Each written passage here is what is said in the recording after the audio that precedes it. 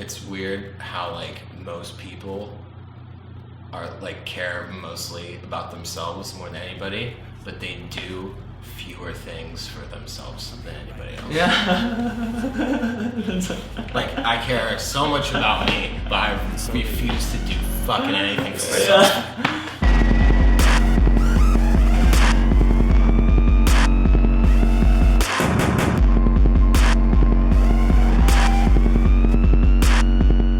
X is a monologue. We thought it'd be really cool. I was thinking about the book Clockwork Orange at the time, and it kind of ends with a quote where the dude says something like, "Youth is like being a wind-up robot doll. Like it just goes and it bumps into everything regardless of what it knows or what's happening. It's just what happens with it." And it feels like,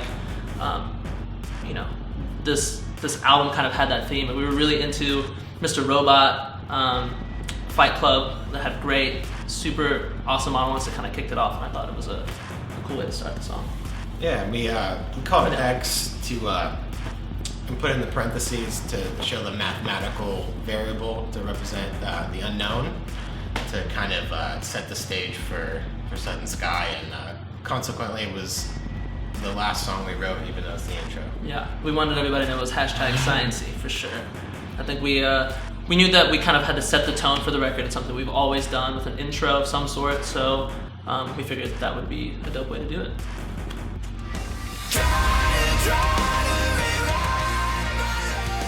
2020. 2020 was the first song we wrote out in the desert in Joshua Tree. The first like music we started with that like Royal Blood influence, distorted bass riff. We wanted a fuzzy bass riff. Tree was so horny about it. He would not. He was like, "This is what I want." Because we got there, we're like, "All right, what are we gonna make this about?" And he was like, "I want a bass riff," and that's literally was the only thought that went into it. And I told the story about when I was younger, right when we got verified. I realized that social media was like an actual currency to people. Like it mattered more than people that were actually in their lives. I had an ex at the time. She didn't. She was like, "Why are you?" Basically, she says, "Why are you paying attention to all these hoes? Like, don't give them any of your, your shit because they only want you for that. Like, I actually care about you." And I was like, "If that's true, because I post about you and stuff, delete your Instagram." And she was like, "No." And I was like, "Aha!" So I realized my world was shattered. I was like, "This is like a real thing to people. This is how we live now. This is the future." So I was like, "Fuck it. I'm single. I'm gonna just DM a shit ton of Instagram models and hope for the best. Like a bunch of darts. One of them's got to stick." The first girl that responded was like, "What's your band? Are you famous?" And I was like, "This is so crazy to me. This is a crazy world." And so the concept of, people being so engrossed with and combined with their perceptions or whatever their routines were online, because it's always been kind of this narcissistic thing for people. People are getting validation in whatever way they want, and everybody does it, and it's so bizarre to kind of see into their lives. Yeah, musically too. That was the first song that we finally completed. That was a finished product, and it really did set the stage for how the album was gonna sound. I remember the original versions of that, in the verses were a lot of screaming, and to sing over such a heavy part in the verses, I thought really was a mature way to show what Crown the Empire is now. So yeah, that song really was when we were like, yeah, this is what the album's gonna sound like. So What I Am, we wrote about a bunch of people we used to work with and had to overcome the obstacles and taking more control over our band. And I think everyone has a big kind of obstacle they have to overcome, something that's with them for holding everything back in their lives. Yeah, it's crazy how we anchor ourselves in our lives so closely with these people, and you never expect someone close to you to take advantage of you, whether it be someone like an industry person or someone that represents you.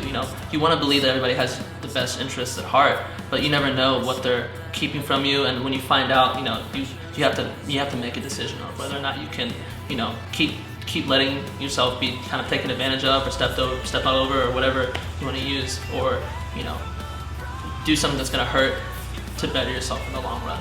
And I think that this song is, very like, there's a lot of just internal improvement things going on with the album. I think addressing a lot of this, there was a lot of stuff that kind of all exploded at once for us, and I think it was important to kind of get that ache, that emotion into the song. And I think that's why it was going to be the second single. It was definitely very singy. We were super proud of the chorus and everything, but that's why we wanted to put that one up next too.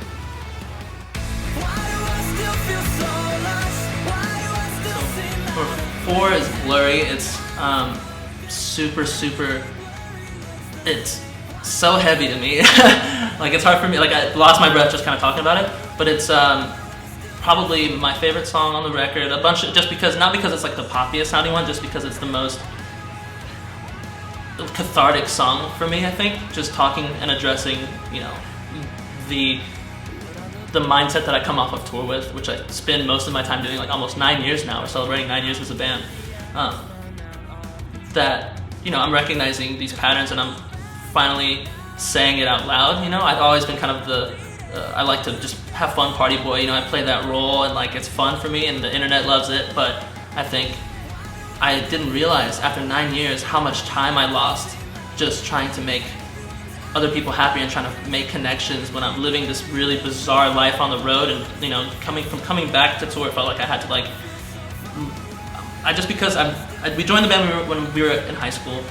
When I was in high school, and it's basically the only thing I've ever done with my life. Like, I never had a job before this, and so the band was so tightly wrapped in my identity and who I was, and I think having to come home and try and be like a normal person was so like jarring for me that I felt like I had to just remember who I was, or trying to figure out who I was every single time I came home. It was like hitting the restart button, Time for us seems to move a lot differently and a lot faster than it does for all the people at home, so that's where I think the Blurry even makes more sense. If you're moving at 2 different speeds, it's going to look blurry from both sides.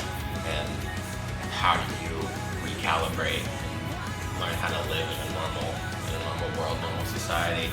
And that's where a lot of the anxieties from the other songs come from. It's us trying to adjust and trying to figure out who we really are and how we do fit into the real world.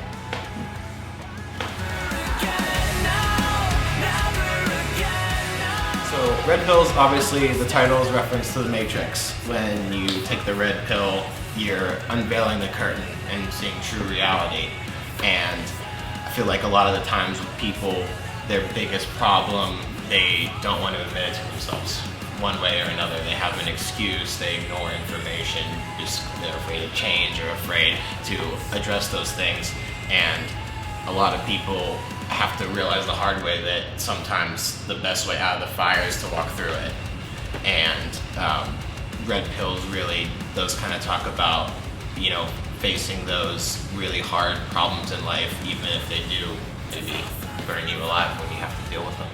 Yeah, I think Misery is about the kind of, like, I guess, what's the word, brooding?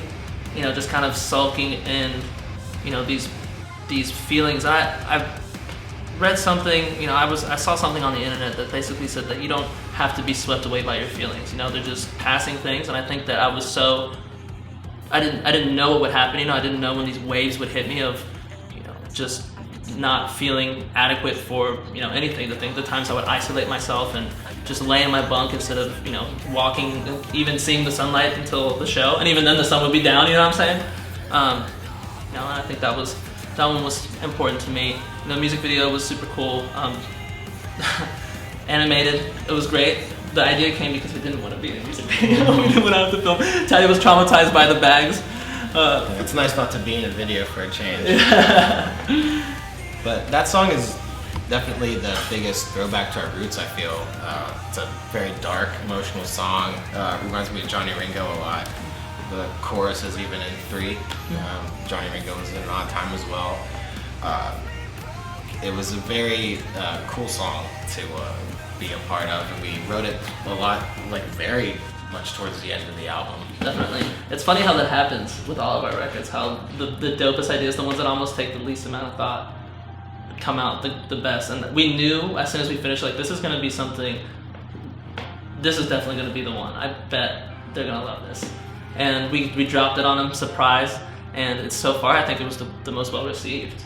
We actually watched, I don't go on YouTube because I just don't want to involve myself in the comments. I know it's just a fucking bloodbath in there. But we actually watched somebody review our album the other day, or review the song, and he loved it. He was like a metalhead, you could tell. He was not into our world, but the riff came in. He was headbanging, like legitimately shocked. I loved it. It was great. It's glad to see the fans get what we're trying to put out there, like the orchestral parts in the interlude and the mixed with the industrial stuff. Like it's I think the best representation of old to new across the board, all combined into one thing. So Under the Skin was a kind of a take on the Sigmund Freud ID, ego, superego philosophy, where you're in a constant battle, a constant internal moral struggle with yourself, where your natural instincts are battling against your morals, and you're stuck with this thing in between that's yourself. Basically, the side that says, I want to eat and fuck all day, has the thing that's like, I should drink more water. And it felt like exactly that. I told Teddy, basically I started meditating, and having a conversation between these two things was very new to me. And like, if Red Pills was like the outward, go for it, fuck you song, then this was the internal struggle side of this, is what it felt like. And so it picks up in the middle of a conversation between me and myself, and I think everybody can kind of relate to. We all had these things that we were becoming aware of as we got older, and you know, I think it's this trying to sniff each other out and figure out how to address and work through this maze of whatever it is with you and yourself that you have to work out. And I don't think anyone's ever been completely sure of themselves throughout their whole lives, so to completely ignore any internal battle that anyone's having is just counterproductive. You have to learn to address those things if you're going to try to get better. Definitely feels, yeah, that one was heavy for sure for us.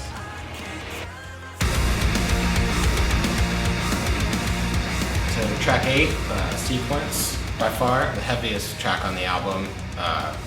We definitely needed a riff-driven, heavy song.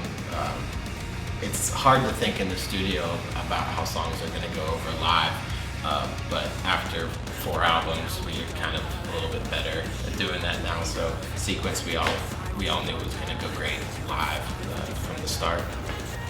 You know, we've revealed all of our problems, and now it's time to basically accept the parts of it that made us ourselves. Yeah, you can't ignore that there's a problem. You have to realize that it's there before you can tackle it. Yeah, and there's a practical purpose to anxiety and all these things that are talked about as negative, and there will exist in all of us. We don't have these things, but they can be used as tools. They're practical purposes that can help us like navigate our shit with. There's always this low level of, you know, the fear of missing out or whatever the relationship with it is, but I think we basically are becoming one with that monster. I think we put a quote in there. Wow, number 9. No, actually ignorant. This is definitely the oddball of the record, and we watched it. I came up with the idea after watching No Country for Old Men again. And basically, I found out that the movie is a remake of this old French movie where a knight comes home and finds death, and he basically says, you have to play a game of chess with me, and if you lose, I have your life. And the guy's like, why would I play that game?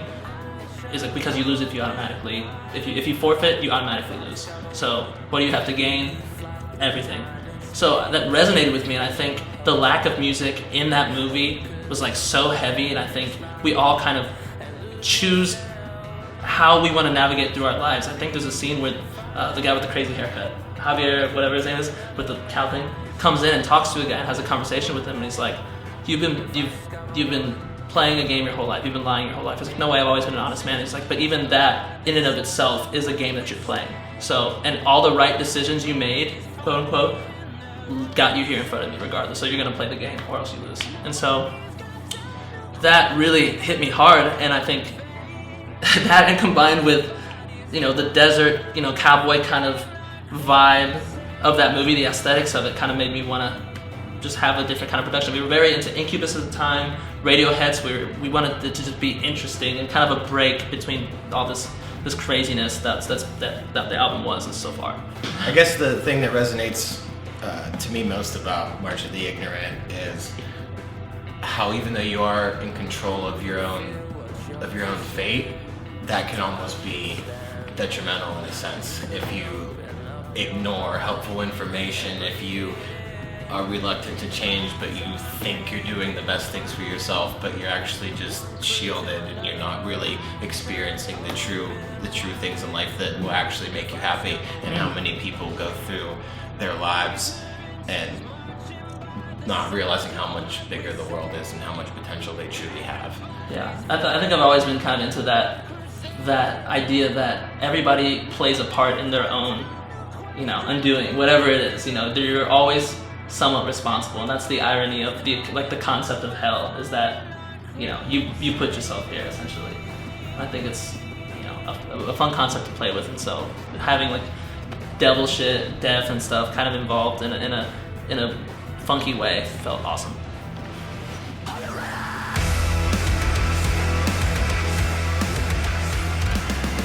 Sun Sky, the title track. We had the title and like what we wanted to say before we even had the song.